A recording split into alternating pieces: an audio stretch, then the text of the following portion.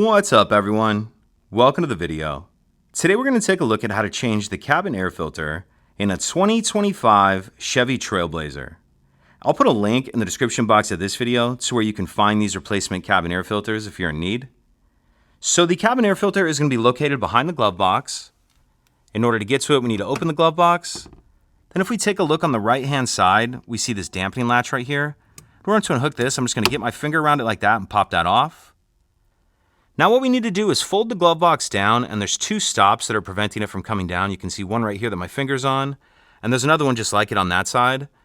So what we need to do in order to get these stops to clear is push in towards the center of the glove box like that, and that'll let that stop clear. Come over here and same thing, and if you have both your hands free, it's really easier to do these both at the same time. But either way, once we get that glove box folded down and take a look up in here, this item right here is going to be the access door to the cabin filter, and there's two clips on either side, and these clips just pinch together like this. So pinch that clip, come over here, same thing, pinch that together. And that will allow that access door to come off, and now we can see our actual filter right here, and this filter will just slide out like this. And again, I'll put a link in the description box of this video on where you can find these replacement filters. So we'll grab our new filter, and this filter is just going to slide in like this. And on your filter, you want to pay attention to these airflow arrows. You want your airflow arrows going down towards the ground. Airflow arrows pointing down like that. Slide our new filter in, and then we can reverse everything we just did to close it up. So grab our access door, and because of the shape of this can really only go on there one way. Snap that on.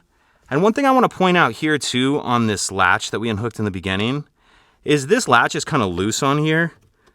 And if it pops off like that, in order to get this back on, we're just going to hook this loop on right here. And that just pops on like that.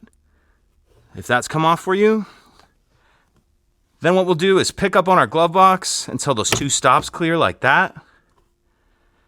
And then the final thing we need to do is reattach this latch.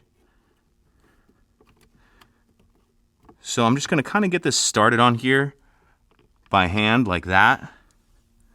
Then I'm going to grab a screwdriver and come in and kind of push on the bottom of this latch like this to help get it on. And get that on there. And that's it. If you could take a second to like and subscribe, it helps us out, and I'd appreciate it. Thank you.